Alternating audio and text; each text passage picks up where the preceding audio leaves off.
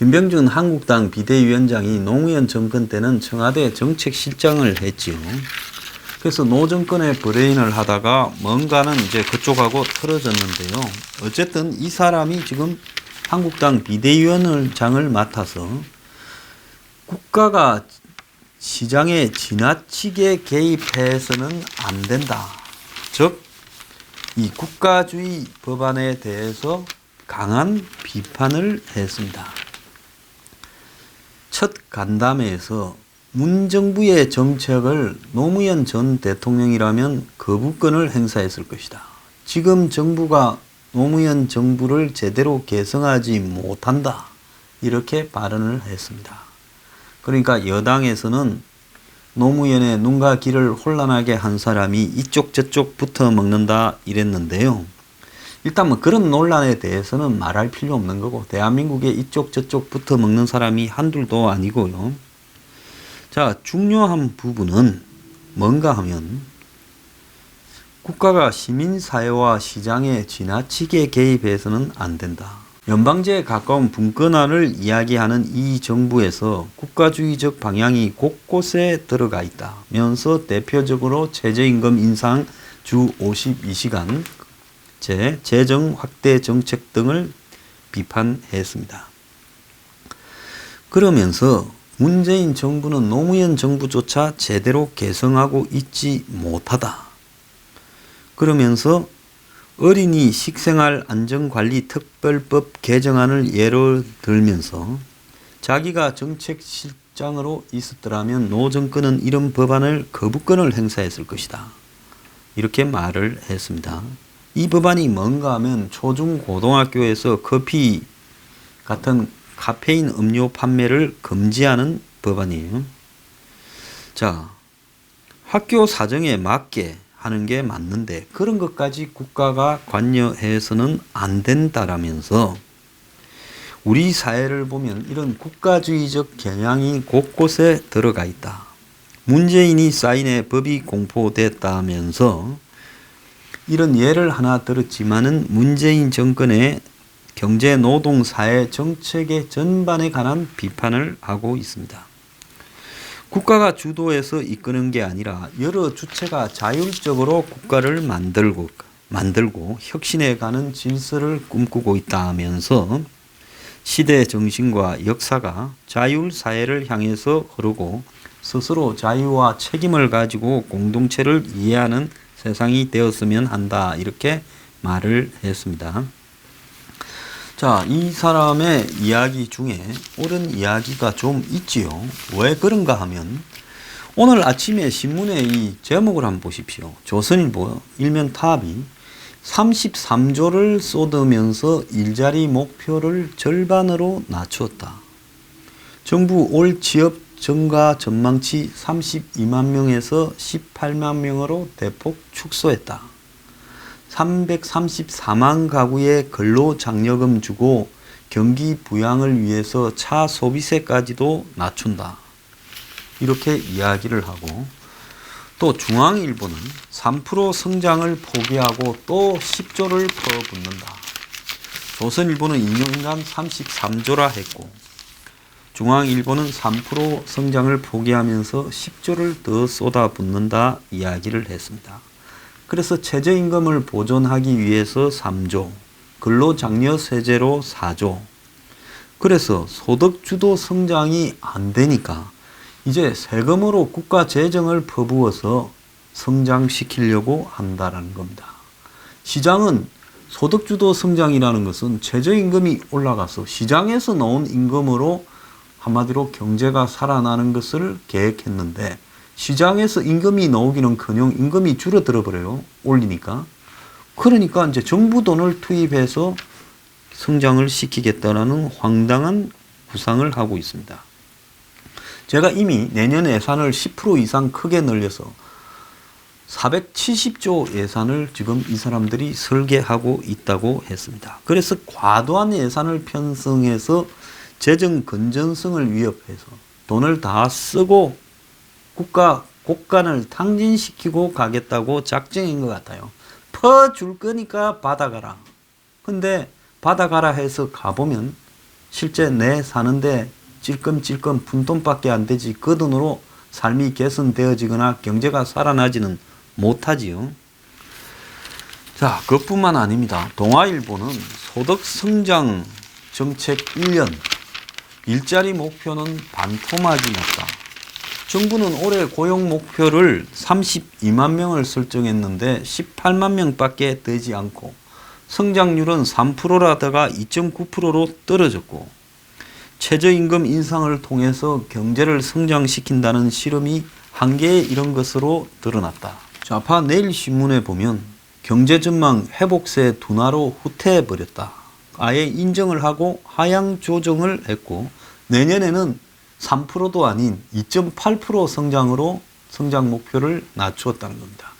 그러니까 이제 뻔뻔하게 우리가 그렇게 하지 못할 거라고 배째라는 식으로 가고 있습니다. 그러면서 국민연금을 이용해가지고 기업 경영에는 관계하겠다고 큰 소리를 뻥 치더만은 스튜어드십이라 그랬죠. 그것 때문에 국민연금 기금운용본부장도 날렸는데 결국은 이것도 슬그머니 도입 신용만 내고 끝나고 있습니다. 그래서 이 정권이 하는 것 중에 뭐 하나 딱 부러지게 하는 게 없어요. 그래 성장도 지금 후퇴하고 있고 분배도 후퇴하고 있다는 걸 자인을 하면 경제정책을 반성한다. 애초 소득주도 성장이나 공정경제라는 것이 환상이었다. 이제는 그런 부분을 가지 않고 경제가 어려우니까 당분간은 경제 성장으로 집중을 해서 기업들이 일단 성장을 할 수 있는 쪽으로 힘을 쓰고 거기서 정 어려워지는 사람들은 사회복지로 가발을 하겠다. 이렇게 해야 되는데 지금 정책은 이 정권이 쥐들 마음대로 그대로 또 가고 있어요. 고집들은 또 있어가요. 원래 공부 못하는 사람들을 보면 더러운 고집들이 있어요. 공부 잘하는 사람들은 편견이 별로 없어요. 공부 못하는데 이유가 100가지도 넘습니다. 옛날에 망우리 공동묘지에 가면 죽은 귀신들 중에 억울하지 않은 사연 없는 사람이 하나도 없다 했어요. 꼭 공부도 못하는 것들이 핑계는 더럽게 많이 됩니다. 자, 그러다 보니 올해 설비 증가율이 3.3%에서 1.5%로 뚝 떨어져 버렸고 건설 투자는 0.8에서 마이너스 0.1로 후퇴했고 그래서 하반기 경제 전망치들이 점점 이렇게 낮추어졌습니다. 그래서 한 달 전만 하더라도 이 사람들이 저그들 입으로 경기 회복세다 이렇게 말을 하다가 지금은 상황이 매우 심각하다고 180도 달라졌어요. 급진적인 최저임금 인상이나 주 52시간의 부작용을 일부 인정했지만은 재정으로 메우는 소득주도, 즉 민간의 임금이 올라가서 그래서 그 오른 임금으로 소비가 늘어나고 투자가 늘어나서 고용도 늘어나는 경제 규모가 커지는 부분을 주도하겠다. 밑에서부터 위로 성장을 시켜가겠다고 희한한 정책을 발표했었습니다. 솔직히 말하면요. 최저임금이 정부 말대로 주어진다 하더라도 그것 정도를 가지고 경제가 성장을 해가는 일은 거의 없습니다. 그럴 바에야 정부가 예산을 중에 상당한 부분을 절반쯤을 뚝 떼서 최저임금을 보전을 해주면 될 거 아닙니까? 그래서 경제가 성장한다면요. 그래서 정부 예산이 늘어나서 피해도 있겠지만 어쨌든 최저임금만큼을 기업이 내든 정부가 내든 돈만 맞춰주면 경제가 성장한다면 위험을 무릅쓰고 한 몇십 조를 맞춰줄 필요가 있지요. 그래 그렇게 맞춰준들 경제가 성장할 것 같느냐는 겁니다. 160만 원을 벌던 사람이 180만 원을 벌거나 190만 원을 번다고 그 돈을 펑펑 써서 경제가 살아나겠어요? 정말 이 좀 제가 생각할 때는 좀 이렇다고 보고 있습니다.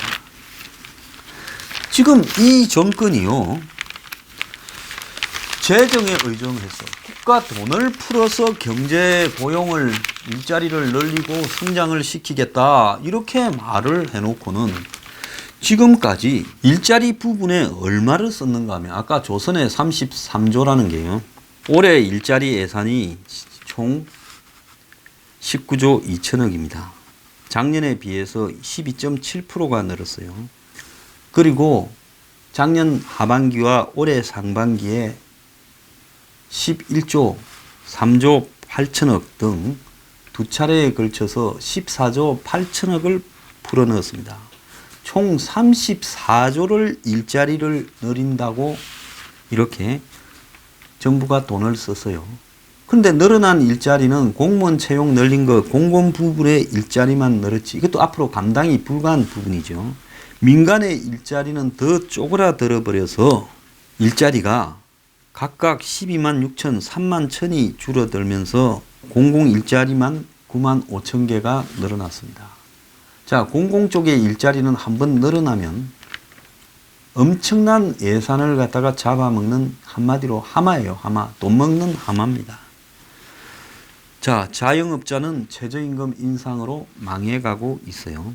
그래서 지금 이 정부가 34조를 갖다가 틀어넣었는데 제조업에서는 12만 6천 명이 줄어들고 그리고 도소매업 숙박업에서는 3만 1,000명이 줄어들고 공공 부분만 일자리가 엄청 늘어났다는 겁니다.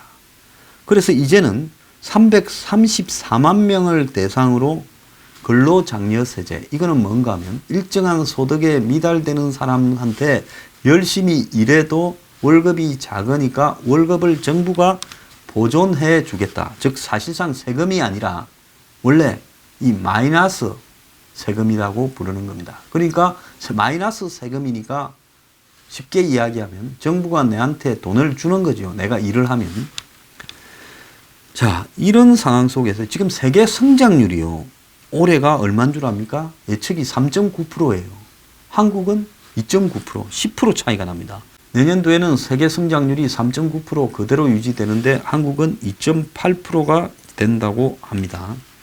그래서 일자리 안정 예산이나 자금들을 이렇게 편성해 봤자 실제로 이게 실효가 있느냐? 정부가 최저임금을 갖다가 많이 올리면서 최저임금에 부담을 느끼는 업주들한테 부담을 덜어주기 위해서 210만 원 미만의 일자리에 이 돈을 지원해 준다 하지만은 잘 안 한다는 거예요. 4대 보험에 가입하고 조건이 까다로워서 실제 집행이 매우 저조하다는 겁니다.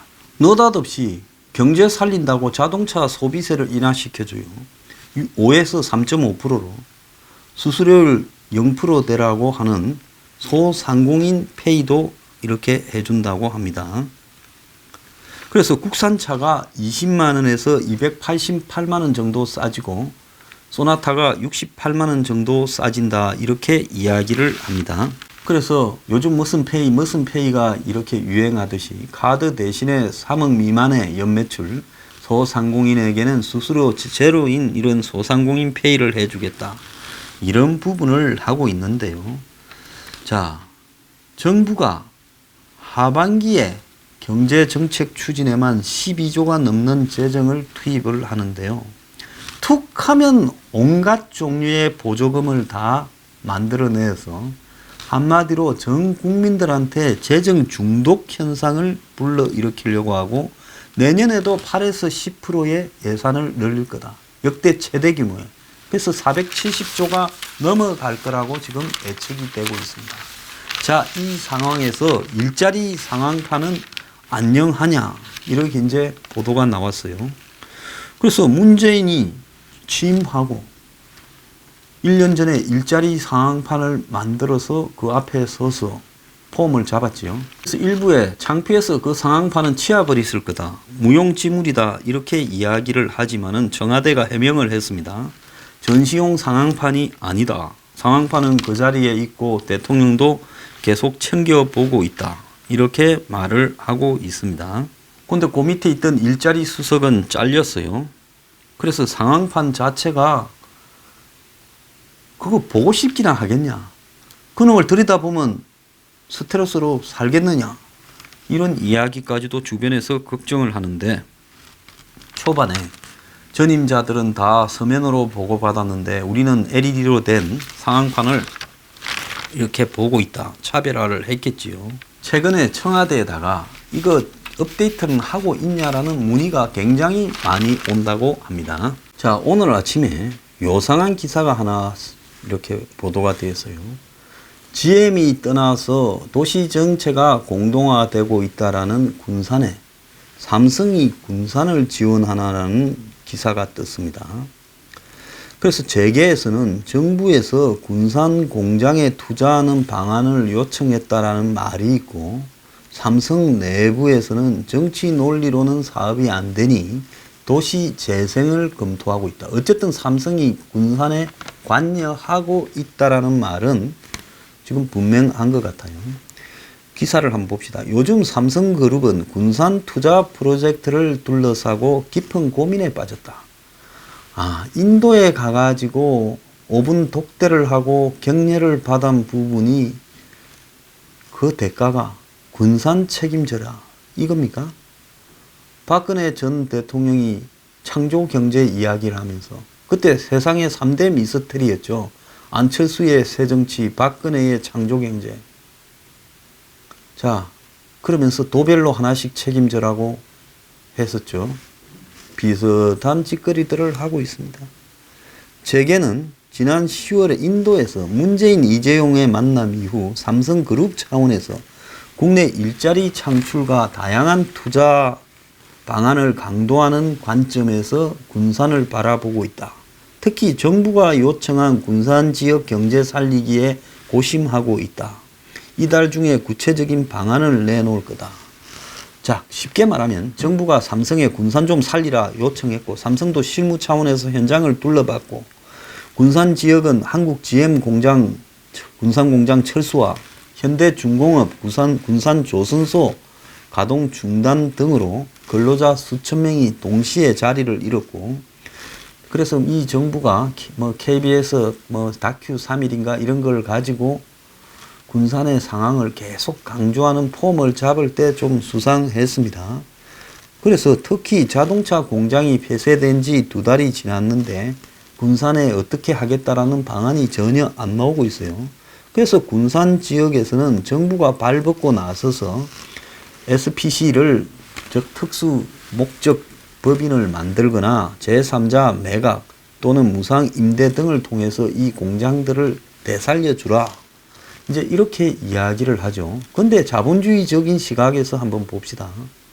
기업이 장사가 안 돼서 나선 거를 정부가 그 자리에 개입을 해서 일자리를 창출하냐? 만약에 그런 것 같으면 미국의 디트로이트나 플린트 같은 도시에, 과거의 자동차 도시, 피츠버그 같은 철강 도시, 러스트 벨트에 있는 그런, 과거에는 철강이나 자동차의 대표적 도시였는데 6, 7, 80년대에 이제는 쇠락해서 흑인들만 살고 집이 절반쯤은 비어있는 이런 도시들이 생기겠습니까?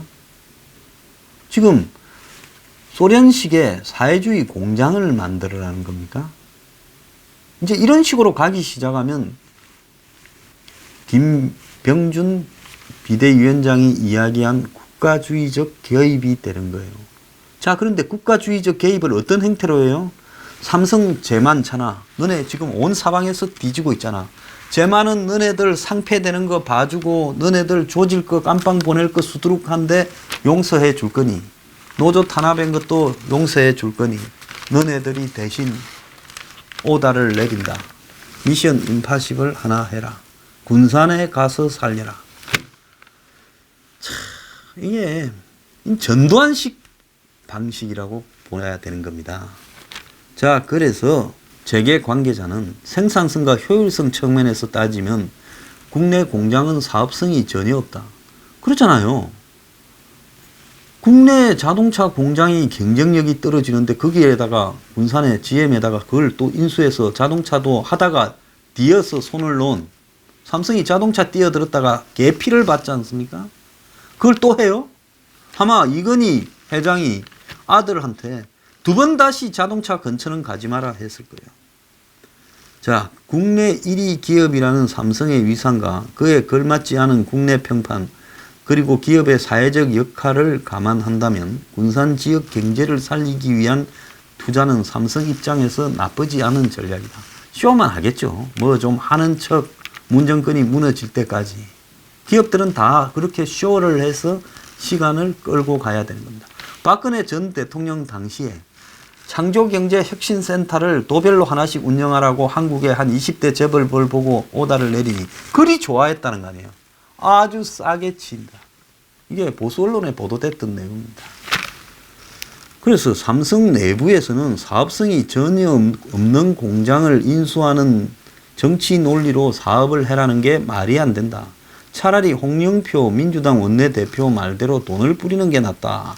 라는 부정적인 견해도 있다. 이런 건 살짝 흘리겠죠. 왜? 음사를 해야지. 또 전장 사업은 주요 미래 동력이지만은 완성차 사업은 하지 않겠다. 그러니까 삼성이 전장 사업이라는 게 뭡니까? 차에 들어가는 전기 장비. 요즘 차가 컴퓨터 시스템이 반도체 부분이 많이 들어가지 않습니까? 그래서 삼성이 이 사업 분야는 늘리지만은 차 사업은 안 하겠다. 제가 이야기했잖아요. 아버지가 아들 보고 차는 근처로 가지 마라. 그래서 이재용 생각이 그렇다는 거예요. 그래서 삼성은 공장 인수보다는 지역 경제에 도움이 되는 도시 재생 지원을 해주겠다. 또 삼성은 현대차와 광주시 간에 삼성 혁명 모델을 검토하고 있다는 거예요. 그래서 현대차가 광역시에서 주도하는 완성차 위탁 생산 공장 설립에 530억을 투자하고 지분 19%를 보유한 2대 주주가 되고 광주시는 대신 그 공장에 일하는 사람의 임금을 통제해서 지금 지나치게 높은 자동차 부분의 임금이 아닌 합리적인 임금으로 고용을 창출하겠다. 이런 시도를 하는 겁니다. 자, 그래서 삼성이 이 분야를 가지고 이렇게 고민을 하고 있다니까. 자, 댓글 한번 봅시다. 근데 정부는 양심도 없냐? 이재용이 박근혜 만나서 말로 지원 뭐 어쩌고 저쩌고 또 말 사준 걸 가지고 묵시적 청탁이라고 해놓고 깜빵 쳐넣어놓고 인도에서 갑툭튀로 일자리 좀 만들어라. 자, 내가 하면 투자 요청이요 남이 하면 청탁이라. 재용이 다음 정권에서 깜빵 묵시적 청탁에 의해서 고용을 늘려달라는 부분을 받아서 그 묵시적 청탁에 대해서 이재용이 그랬죠. 안 하면 불이익을 받을 것 같아라고 해서 혼자 빠져나왔잖아요. 박근혜 말을 재단에 돈 내라고 한 부분에 대해서 안 하면 불이익을 받을 것 같다. 그러면 삼성이 다음 정권에 들어서 또 사법 처리 대상이 되어서 군산에 고용을 창출해라. 그걸 안 하면 불이익을 받을 것 같아서 그랬다. 절대 투자하면 안 된다. 주주 이익에 반하는 정치적 결정은 절대 안 된다. 기종 노조 잘 묻고 잘 살았다. 자, 이런 이야기들이 지금 쭉 나오고 있습니다. 민간기업 협박에서 자본주의 무덤인 전라도 지역에 투자를 강요한다. 이 지역성은 빼겠습니다. 이거 탄핵감 아니냐. 염치도 없는 인간이다. 삼성 못 잡아먹어 안달난 민노총 참여연대 이런 부류를 위한 일밖에 안 된다. 문재양 인도 삼성 공장에 찾아간 이유를 알겠네. 군산 GM 강제로 인수하라는 것이다. 정말 도둑놈이다. 최저임금 올리고 근로시간 줄이고 강성노조 끼고 특정 도시를 왜 기업이 떠맡아야 되나. 이거 정경유착 떠나 협박 아닌가. 이렇게 이야기를 합니다. 대놓고 청탁을 하고 있는. 자, 지금 이 문제가 바로 국가주의적인 한마디로 범죄와 범죄가 아니냐라는 경계에 있는 문제라고 봅니다. 군산이 저렇게 되었으면 정부가 군산 지역을 특정 산업을 위한 도시로 만들든지 아이디어를 넣어서 이 지자체가 그걸 내도록 하고 정부가 좀 지원을 하면서 거기를 관광으로 하든지 어쨌든 뚜렷한 군산의 장기를 살린 뭔가를 만들어내서 낙후된 도시를 탈피하도록 노력을 해야 되겠지요. 그런데 그런 부분보다는 가장 손쉽게 해결하는 방식, 과거의 독재 시대나 권위적인 대통령 시대에 하던 하나 불러가. 이 제만 놈아 이리 오너라. 너를 사하여 줄 것이니 너 내가 말하는 대로 개처럼 기어서 군산 가서 좀 살려라. 그러면 너의 죄를 완전히 사면시키겠노라. 너 그렇게 하는 것이 싸게 치잖아. 지금 이런 식인 겁니다. 이게 지금 한국이 자유시장 경제 국가냐? 아니죠. 또 그리고 이것은 범죄와 범죄가 아닌 부분에 경계에 놓여 있는 겁니다. 가만히 보니까 삼성이 까딱하다가는 엄청 돈 들어갈 것 같으니까 살짝 기사를 흘린 거 아니냐. 이렇게 지금 한 것 같아라는 생각도 드는데 그 직전에 전북 도민일보를 보면 GM 군산공장 활용 정부가 적극 나서라 이런 기사가 있어요. 그래서 협력업체 등 12,000명의 근로자들이 사라져버린 이 공장이 지금 폐쇄된 부분을 위탁 생산 체제로 전환을 해라. 그래서 이 부산 르노 삼성과 같은 행태로 이 공장을 좀 돌려라. 그래서 군산 공장을 재활용해야 된다라는 이야기를 지역에서는 정부 보고 계속 요구했고, 이제 정부는 지역의 이해관계에 이 정권이 전북에서 군산에서 표를 많이 얻었으니까 그걸 해결해주는 방법으로 이제 이런 방식을 삼성을 택해서 정리했다는 겁니다. 그래서 세상에 공짜가 없어요. 5분 만나주는 게 엄청 비싸지요. 5조짜리. 근데 삼성이 가도 군산은 살아날 수 없는 거고요. 삼성이 군산 공장을 인수해서 자동차 사업을 할 리도 없고, 또 그 군산 공장의 전기장치를 이렇게 자동차에 들어가는 것과 그 군산 공장에서 라인에서 망치로 두들겨서 자동차를 조립하던 거하고는 완전히 다르기 때문에 땅 빼놓고는 다 뜯어야 되는 거예요. 뜯고 새 장비를 넣어야 되는 거예요. 자, 그런데 삼성은 생각을 안 하겠습니까? 자, 국내에 이런 자동차와 같은 대형 민노총에 소속된 노조의 영향력이 큰 이런 사업을 국내에서 우리가 다시 벌려? 이거는 그야말로 무덤으로 들어가는 길이다. 이런 사업은 절대 안 한다.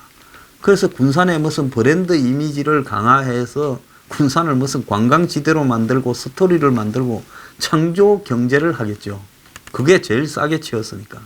그래서 삼성의 전략은 빤해요. 노력을 하겠다 하면서 열심히 뻔질나게 삼성이 군산을 드나들면서 시청하고 이야기를 하고 뭘 계획을 만들어서 보고하고 이러면서 시간을 6개월 한 1년 끌다가 정권이 내리막길로 가면 빠져나오는 거죠. 원래 재벌들도 뺀질이가 다 됐습니다. 그래서 재벌 걱정 너무 할 필요 없어요. 댓글에 알아서 잘 빠져나가니까. 결국은 군산 발전 프로젝트 같은 거 해서 아이디어 내고 자기들이 좀 도우는 생색을 내면서 시간을 끌다가 빠져나갈 겁니다. 문재인 정권은 불가능한 문제를 가능한 것처럼 착각하고 덤비고 있어요.